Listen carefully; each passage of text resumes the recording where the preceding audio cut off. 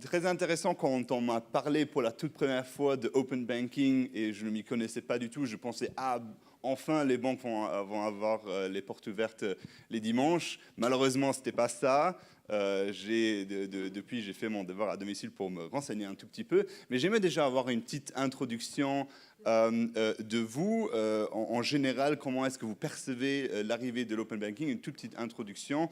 Donc, je propose qu'on commence peut-être par Madame Knops, puisque vous êtes responsable de toute transformation chez la BIL. Donc, donnez-nous une petite impression déjà comme début. D'abord, nous sommes ouverts le dimanche puisque vous pouvez ouvrir un compte via notre application mobile 7 jours sur 7. Donc, vous êtes le bienvenu. Comment les banques, on approche l'open banking? Comment nous, à la BIL, on approche l'open banking? Et je ne pense pas que ce soit une exclusivité BIL. C'est clairement comme une opportunité, en effet, d'ouvrir de nouveaux services pour nos clients.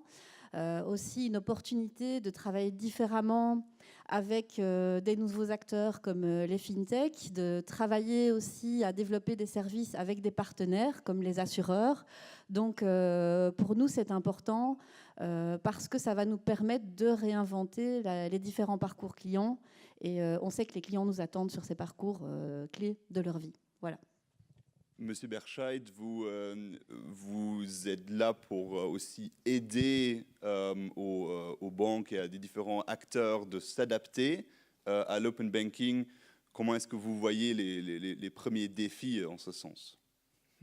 Les défis sont multiples et on a entendu tout à l'heure. Effectivement, j'ai entendu le mot consolidation, et je pense que c'est un très bon terme.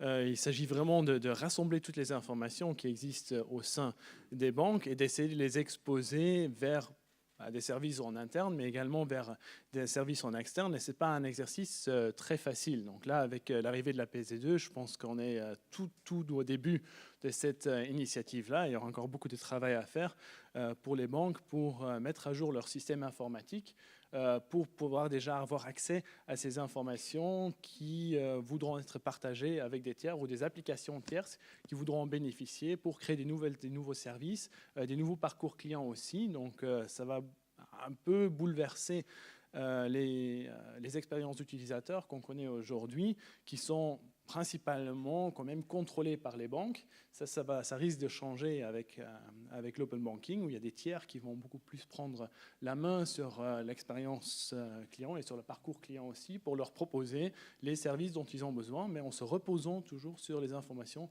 qui sont proposées par les banques. Bouleversement nécessaire. Madame Guélan-Nancourt, est-ce que les banques, ils ont besoin de faire des changements, ils n'ont pas raison de se plaindre? Est-ce que la régulation, en effet, est nécessaire? Comment est-ce que vous voyez les choses en termes d'open banking? Je dirais que la PSD2 a vu le jour aussi justement pour intégrer une partie de ces nouveaux acteurs dans le cadre réglementaire, pour couvrir aussi un certain nombre de risques et permettre aux consommateurs d'utiliser finalement comme ils le souhaitaient les données qui lui appartiennent en fin de compte.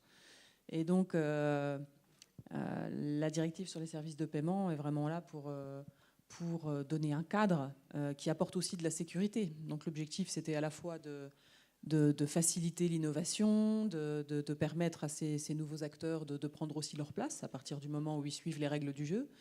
En même temps, tout ça doit être fait dans un cadre de sécurité.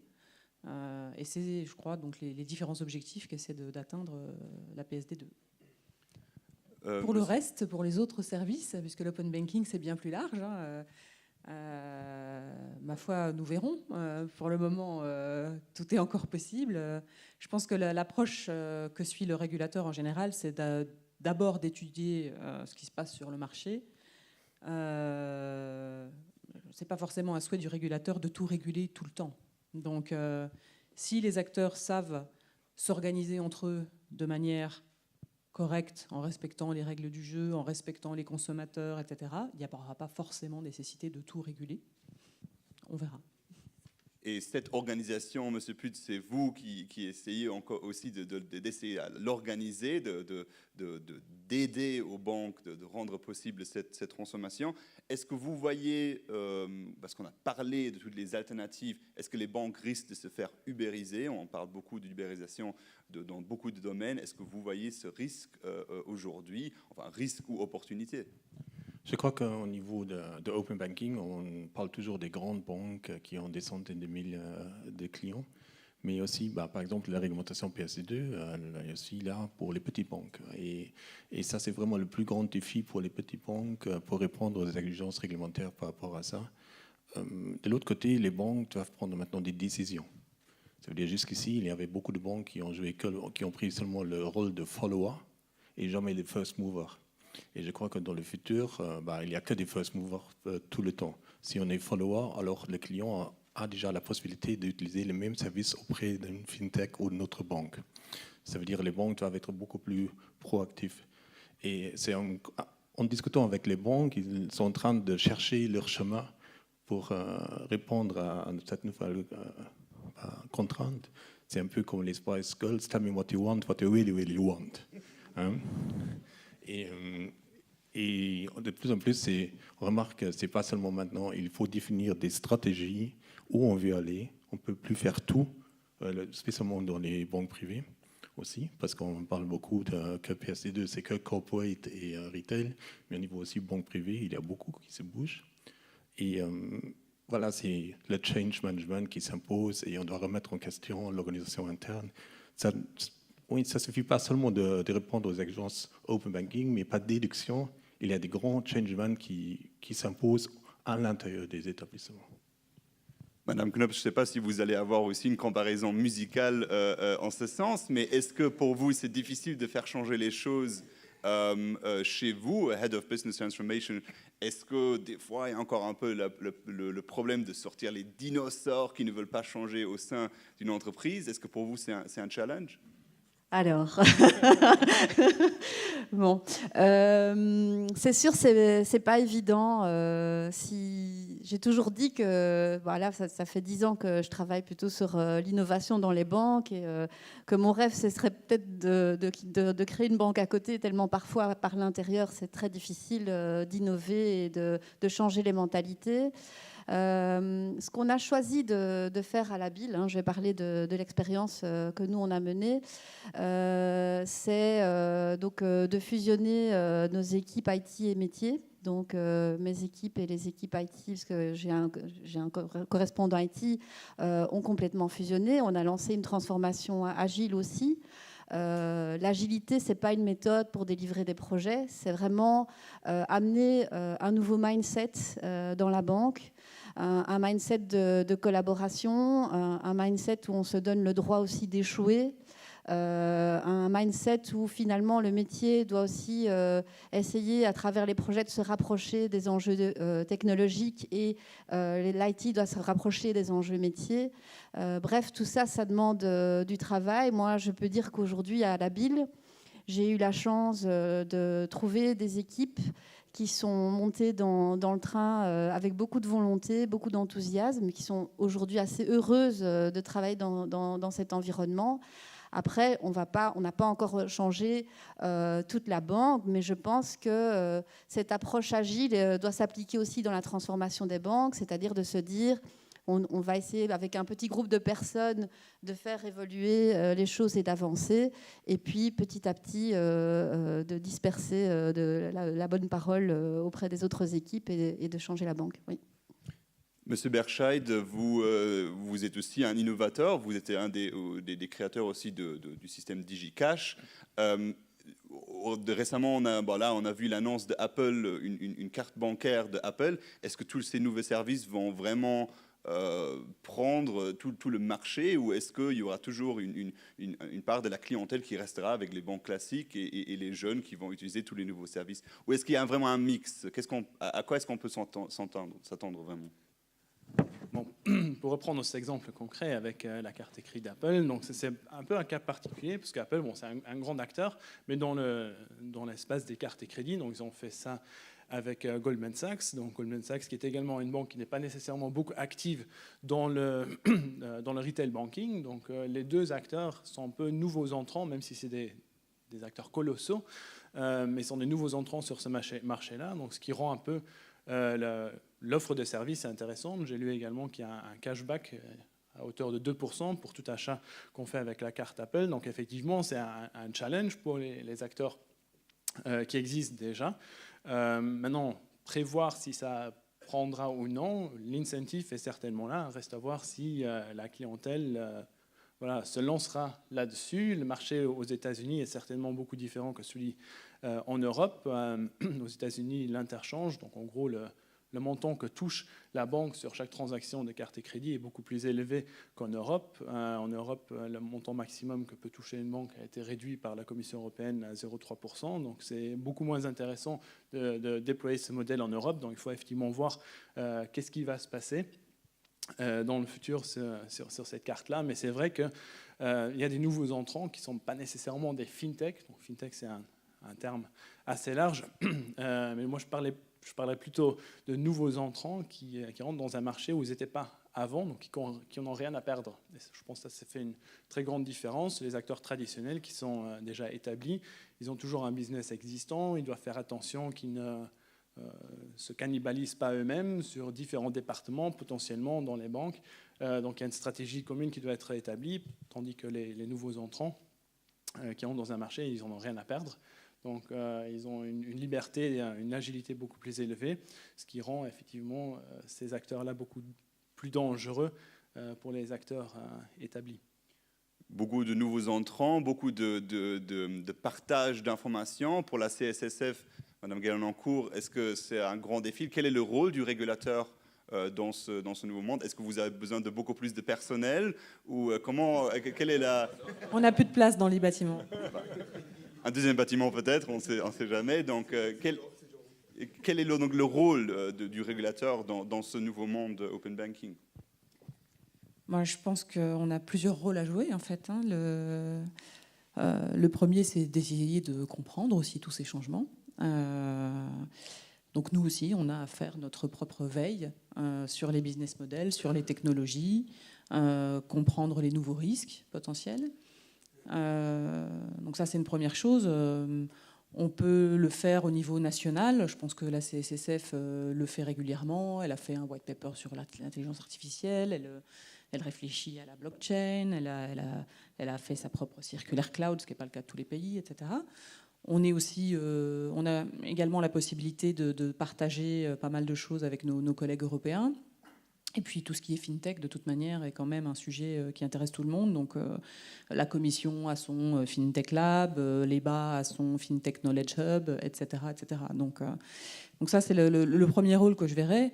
Le deuxième, c'est aussi de s'assurer que les règles sont suivies par ces nouveaux acteurs. Donc, comme on dit toujours, même modèle, même risque, même règle. Donc, à partir du moment où un gros acteur, Apple ou je ne sais, peu importe qui, va se mettre à prester réellement des services qui tombent sous une réglementation, il devrait certainement avoir une licence. Ou alors, il prestera uniquement par voie de sous-traitance ou ce genre de choses, mais alors là aussi, il aura des règles à respecter. Mais en même temps, les consommateurs veulent des nouveaux services de plus en plus vite. On dit on a besoin d'un principe de précaution, les autres disent on a besoin d'un principe d'innovation, où il faut d'abord laisser le droit de faire. Pardon ? C'est toute la difficulté. Oui, donc du coup, comment est-ce que vous voyez cette différence, principe de précaution, principe d'innovation? Sur quel côté est-ce que vous vous retrouvez dans ce débat? Il n'y a pas de côté, en fait. Je pense que... Mais c'est tout ce que je peux donner comme réponse. Je pense que, bien sûr, on doit être ouvert à l'innovation. Le but n'est pas de freiner l'innovation, pas du tout. D'ailleurs, la réglementation, parfois, la facilite. Ça peut arriver. Mais on doit également protéger les intérêts du consommateur, protéger la stabilité du système, etc., etc. C'est notre rôle aussi. Avec tous ces changements, M. Putz, quel futur pour la coopération entre les fintechs et les banques? Je crois qu'on doit se mettre dans un contexte européen. Parce que dans le cadre de la PSD2, jusqu'ici, quand on regarde au Luxembourg, on utilise des interfaces de web banking des banques ou des applications comme DigiCash au Luxembourg. Par contre, dans le cadre de la PSD2, il y a les nouveaux statuts AISP et PISP qui apparaissent. Alors, il y a une concurrence européenne qui va se créer. Et ça va changer beaucoup. Ça veut dire si maintenant, une fintech qui va réussir en Chypre, et ça fonctionne bien, alors il y a un investisseur qui peut leur donner quelques millions d'euros et il attaque Luxembourg dans un mois. Et alors, les clients vont utiliser cette application en se basant sur les API de la banque au Luxembourg.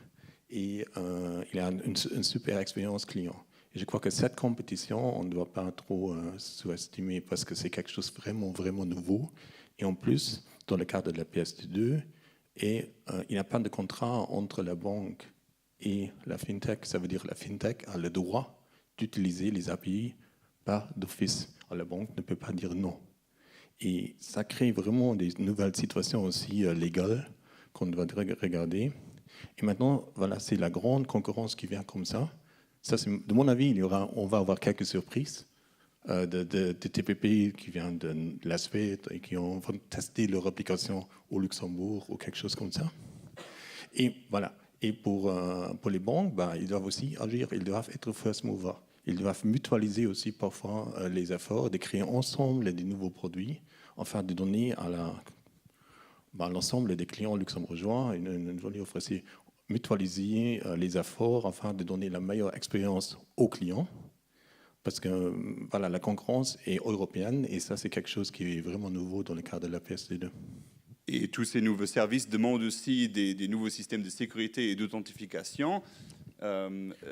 Mais là, encore une fois, la PSD2 impose aux banques de s'ouvrir et d'exposer des API. Mais il ne faut pas quand même aussi négliger les autres obligations qui se trouvent dans la PSD2. Il y a vraiment l'aspect de la sécurité qui est vraiment important. Il y a maintenant partout des SCA, c'est le consentement explicite qu'on doit donner. Ce n'est pas seulement un checkbox et c'est bon, non. Il faut utiliser une strong custom authentication, valider le consentement. Alors le client a dans sa main, mais c'est clair que les données appartiennent au client, dans le cadre de GDPR aussi. Et maintenant, il a la possibilité d'utiliser ces données et aussi d'initier des paiements à n'importe quel provider gratuitement. Parce que si l'exposition des API, c'est à l'instant seulement un coût pour les banques, parce que c'est une obligation légale. Pour ces systèmes de sécurité, quand moi je regarde qu'avec mon téléphone aujourd'hui, je peux même utiliser la reconnaissance faciale pour utiliser mes comptes bancaires. En même temps, en termes d'autres consommateurs, ma grand-mère n'a toujours pas de carte bancaire. Il y a une grande différence entre comment les gens utilisent ces services bancaires. Madame Knops, comment y faire face? Quel challenge en termes de système de sécurité et quel challenge de différence entre comment les gens utilisent les services bancaires? Le challenge, évidemment, je vais prendre d'autres exemples. La signature électronique, par exemple. Aujourd'hui, on est bien conscient que même si on développe... D'abord, il y a beaucoup de contraintes, parfois réglementaires, qu'il faut qu'on doit... Même si l'expérience de la signature électronique peut être positive, si je vous demande de faire 7 fois l'opération...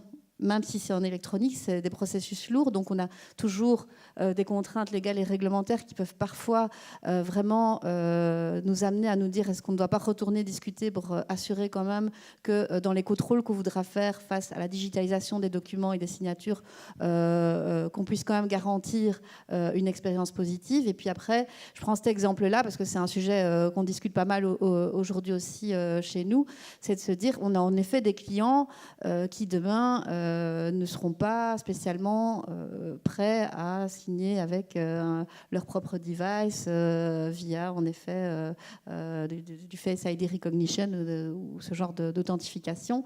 Et donc, ça demande quand même, du coup, un double investissement. Ça demande de garder quand même un investissement pour faire face à des clients qui sont moins digitaux, qui vont privilégier le canal humain, d'amener un peu de digital dans ce canal pour faciliter les processus pour les conseillers. C'est très, très important, mais de répondre évidemment à l'ensemble de nos clients. Puis je rappelle aussi qu'on est une banque universelle.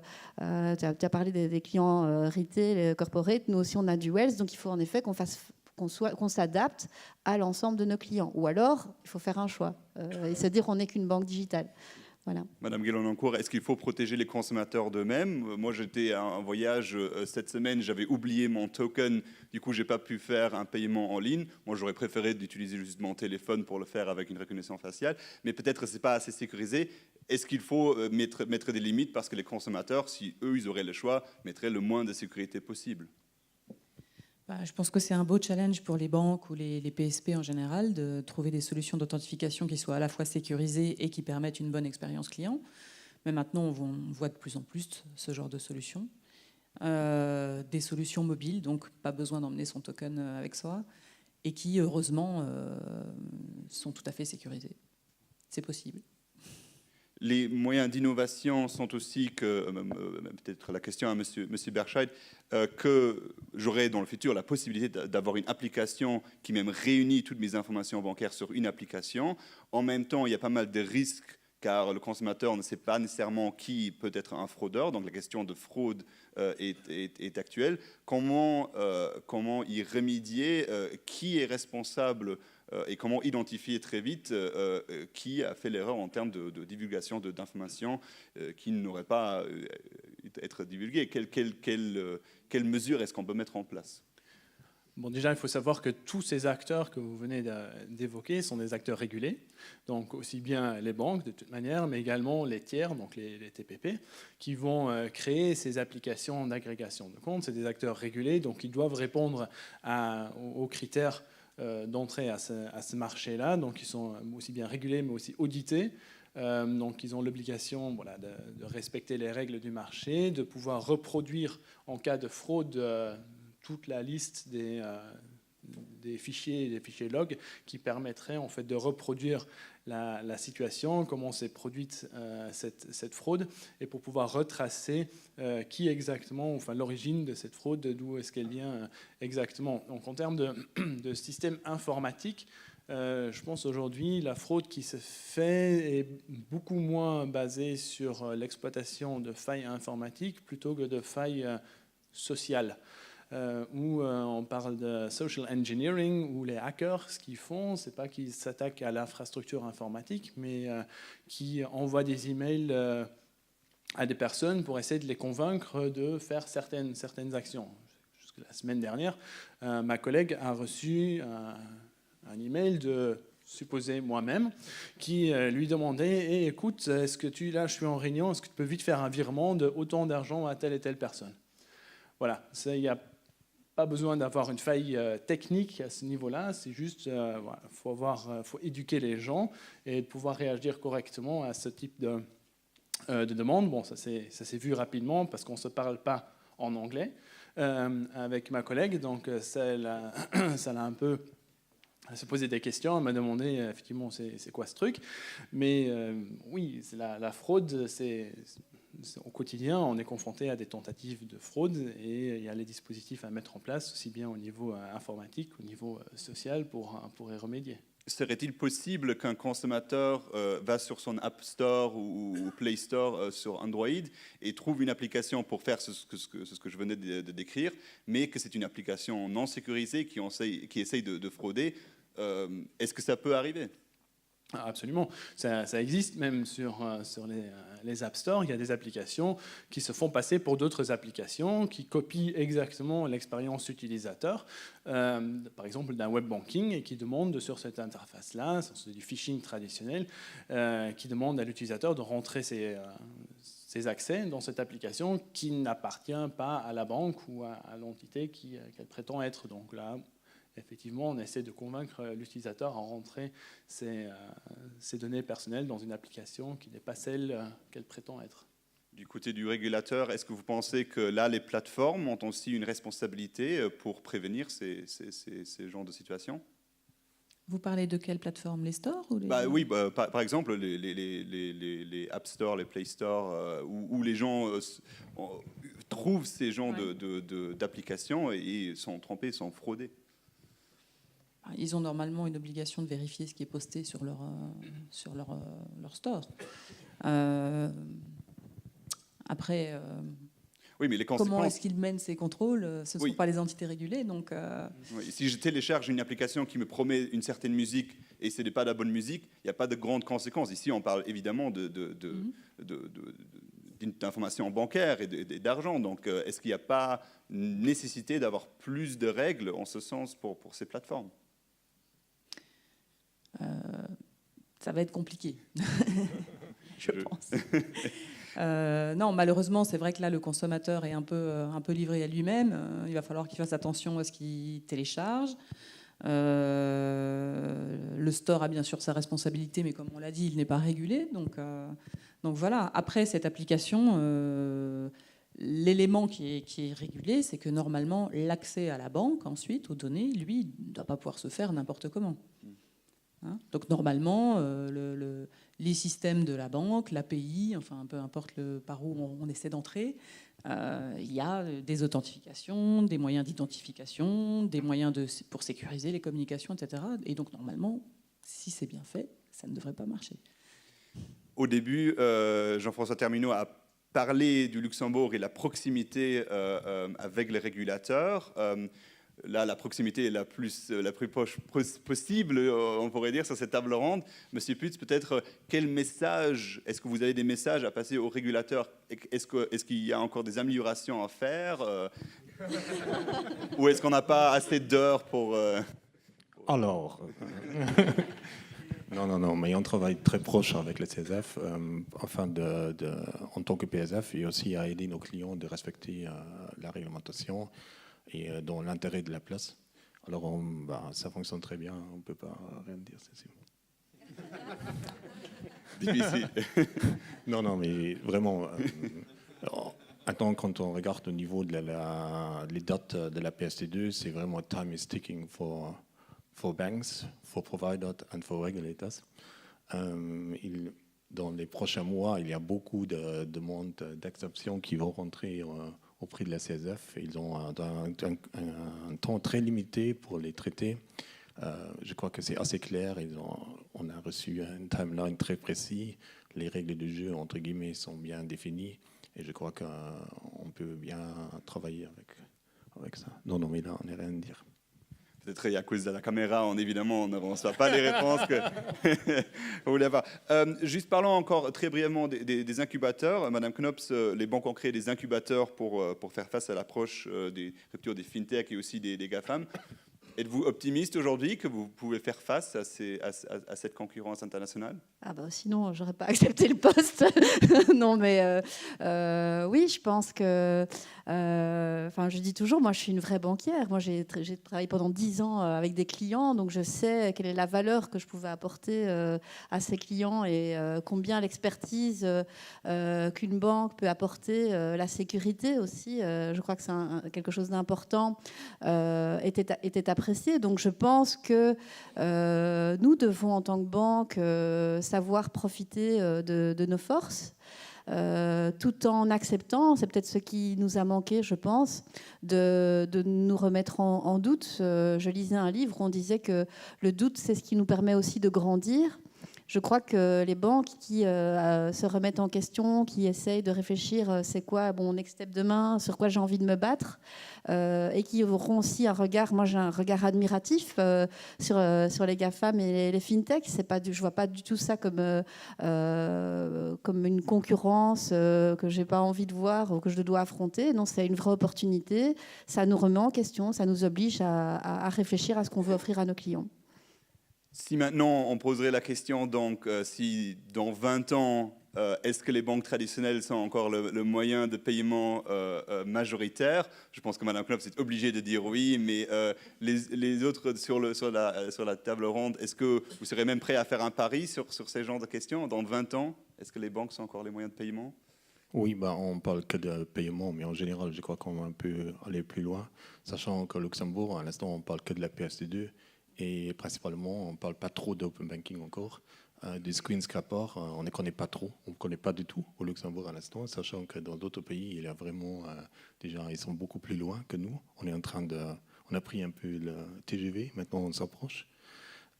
Mais si on regarde l'exemple du du vidéo shop. Il y a 20 ans, il y avait les vidéo shops. Après, il y avait les vidéos automates. Après, chaque marque avait son propre site. Et aujourd'hui, on a Netflix. Maintenant, si on regarde ça au niveau bancaire, il avait les agences, il avait les banques communs. Maintenant, il avait l'online banking des banques. Voilà.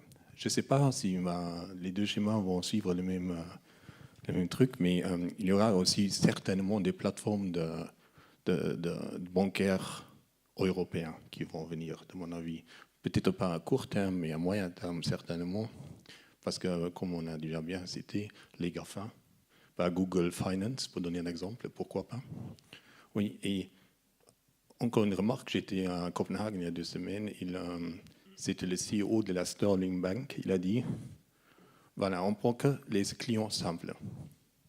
Ça veut dire on ne veut pas les clients, les PEP et tout ça, on ne veut pas, c'est trop compliqué. On se focalise seulement sur les 85% qui sont des clients standards, lambda.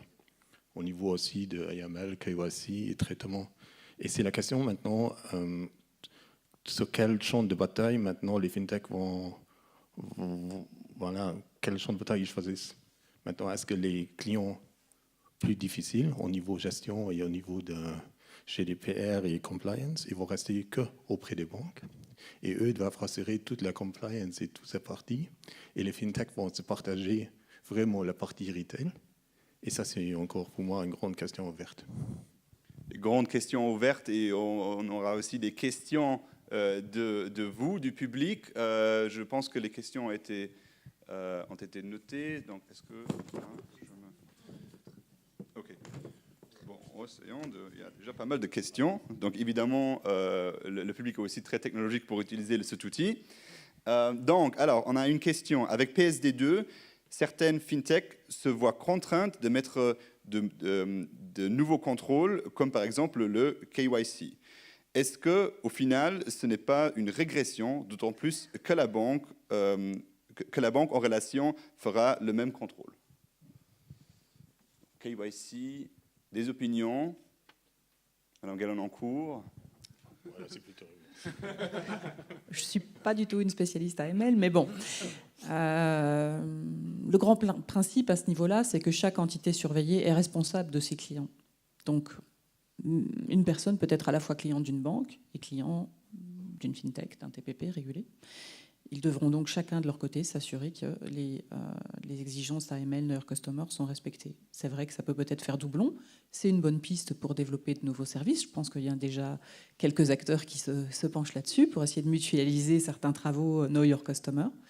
Voilà. Monsieur Berscheid, c'était déjà un sujet pour vous, je suppose?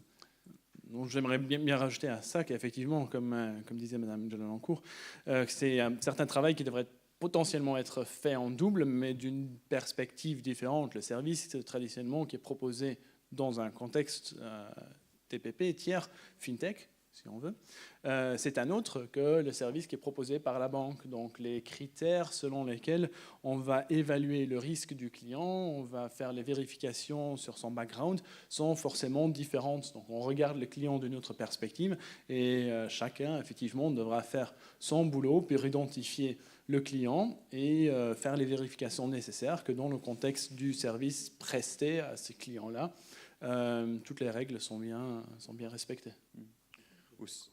Oui. En général, il y a beaucoup de TPP qui ne sont pas contents de la PSD2 parce qu'ils ont maintenant réglementé et ils doivent redévelopper toutes les applications sur des API. Et ça jusqu'au 14 septembre. Ils ont une énorme pression pour garder le service aux clients. C'est vraiment, ils ne sont pas tout contents, tout le monde, avec ça. Un peu moins de pression que les négociateurs du Brexit, mais qui ont jusqu'au vendredi, mais en tout cas, c'est encore très court. On a une autre question, et en fait, en général, les questions sont pour tout le monde, donc vous pouvez entrer dans le débat à tout moment. Y a-t-il consensus au sein de FTL sur le fait de l'exemption d'utiliser un PSF de support en cas d'accord du client final?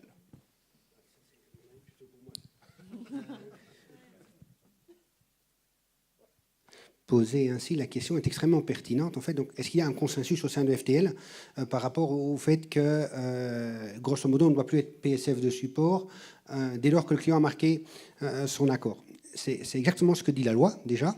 Maintenant, il y a deux sujets. Nous n'avons pas besoin d'être d'accord entre nous, parce que, en fait, ce qui a été dit là, c'est la posture qui a été adoptée par des cabinets d'avocats spécialisés en la matière, qui nous ont très clairement dit, ben oui, c'est le cas. Le problème ne se pose plus. Nous sommes, pour rappel, demandeurs auprès de la CSSF d'une clarification à ce sujet-là, qu'on espère voir arriver, parce qu'il est important que toutes les personnes qui sont concernées, que ce soit le côté client d'ailleurs, ou les PSF de support aujourd'hui, sachent exactement quelles sont les règles du jeu par rapport à ça. Et donc, dans le programme 2019 des PSF de support, il y a une conférence qui est prévue dès que nous aurons reçu la réponse de la CSSF, avec eux d'ailleurs, parce que je pense que c'est important qu'ils aient l'occasion d'exprimer leur point de vue, pour clarifier cette situation. On a des juristes et des Big Four d'ailleurs, qui ont clairement pris la posture de dire, soyons clairs, la loi dit, dès lors que vous avez obtenu le consentement du client final, et ce sujet est important, hein, on parle de consentement du client final, il ne faut plus être PSF de support, que vous soyez basé à Luxembourg ou pas d'ailleurs. C'est ce que disait Jean-François Terminaux tout à l'heure. La particularité étant qu'il y a une circulaire de la CSF qui dit un peu le contraire, qui dit que si vous externalisez à Luxembourg, vous devez le faire auprès d'un PSF de support. Donc la question est très très bien posée et on adorerait de pouvoir être en mesure d'y répondre rapidement. Donc, je pense qu'il est très important de comprendre que c'est une question qui est structurante pour beaucoup de gens, en l'occurrence, et que donc la collaboration que nous avons sur les sujets, celui-là, on voudrait l'éclaircir aussi. Parce qu'effectivement, nous avons posé une question très précise qui dit « ça nous semble contradictoire, est-ce que vous pouvez, s'il vous plaît, nous donner votre position ?» Voilà, ça c'est la question qui existe depuis février 2018, en l'occurrence, pour lequel, pour un certain nombre de raisons, la réponse nous a été promise un certain nombre de fois et n'est pas venue parce qu'il y avait d'autres éléments de l'agenda qui ne permettaient pas de le faire. Mais c'est peut-être le moment, en fait. Voilà. Oui, seulement il faut dire qu'au niveau de l'agrément PSF, c'était pour nous un prérequis commercial. Voilà, sans agrément PSF, on n'aurait vendu aucun service à aucune banque. Voilà, clairement. Une prochaine question qui, je pense, sera plutôt pour Madame Knops. Quelle vision des banques sur une transformation RH induite par cette nécessité d'évoluer vers le open banking? Ah, c'est une bonne question. C'est une bonne question. C'est vrai que d'abord, il y a aujourd'hui, et particulièrement je trouve aussi sur le Luxembourg, voilà, je travaille sur le Luxembourg depuis 3 ans, mais j'ai travaillé dans d'autres pays avant, des difficultés pour trouver de la main-d'œuvre IT bien formée et qui reste chez vous aussi, parce que ce n'est pas non plus les banques qui attirent non plus d'office les meilleurs informaticiens. Cependant, je dois vous dire qu'on a une équipe qui a gagné un hackathon et la réaction lors de cet hackathon a été de dire on ne savait pas que dans les banques il y avait d'aussi bons informaticiens. Donc ça vous donne une image des informaticiens dans la banque. Donc je pense que du côté ressources humaines, on doit beaucoup travailler avec eux pour valoriser le métier de développeur IT plus qu'avant. On doit aussi travailler sur des profils prêts à travailler dans une entreprise différemment, donc moins hiérarchisée, beaucoup plus agile. Donc il y a des challenges au niveau donc de la révision des profils, des recrutements. Et donc, je pense que ce n'est pas possible aujourd'hui de travailler sur l'innovation sans... Enfin, je dis toujours aujourd'hui, ma difficulté, c'est que je dois travailler avec tout le monde dans la banque. J'ai la compliance, l'audit légal, le CISO, les 3 business lines. Enfin bref, je pense que, et évidemment, les ressources humaines sont un acteur clé qui doit nous aider à recruter les bons profils avec le bon mindset et aussi à développer une nouvelle culture dans la banque, une culture de l'innovation, une culture de la créativité et à former aussi nos équipes et à les accompagner peut-être vers de nouveaux métiers. Donc beaucoup de changements à venir, peut-être aussi d'autres changements. Et une prochaine question plutôt envers Madame Gallon-Ancourt. On a parlé de concurrence européenne pour les paiements. Est-ce qu'il y a un besoin de régulation européenne qui doit réduire la marge de manœuvre des régulateurs nationaux ? Réduire votre propre Très pouvoir. politique comme question. Plus d'intégration au niveau européen. Je pense que oui, si on veut aller vers un marché européen, idéalement, il faut une réglementation européenne et il faut des prises de position qui soient cohérentes d'un pays à l'autre et qui évitent des problèmes de compétition qui ne soient pas loyales. Voilà. Je pense que ça, c'est la base.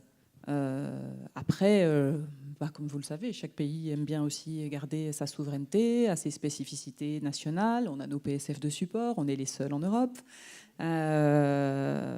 Voilà. Donc, oui, il faut essayer de tendre vers des positions communes.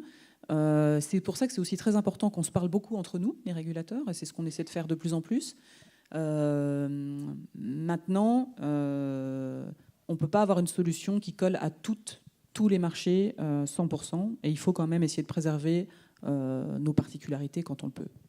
Je pense que c'était M. Putz ou M. Berchat qui avait parlé d'exemple de Chypre, quelqu'un qui crée... C'est ça, oui. Là, je crois que ça, c'est le premier pas déjà vers un tel truc.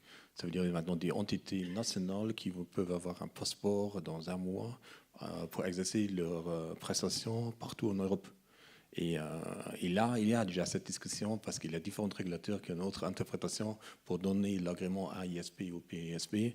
Et là, il y a déjà des discussions qui sont en cours. Et voilà, je crois aussi qu'en général, on doit apprendre de gérer une telle situation au niveau européen. C'est un bon premier exercice, mais ouais. En fait, tout le monde a besoin de faire des transformations, tout le monde a besoin de faire des changements. Moi, je n'ai plus de questions du public, c'est pour ça que je pense qu'on est arrivé à la fin de notre table ronde et on aura un mot de clôture de Denis Schlotz, de vice-président de Finance Technology Luxembourg. Merci pour les intervenants de la table ronde. Et merci à ceux qui ont posé des questions.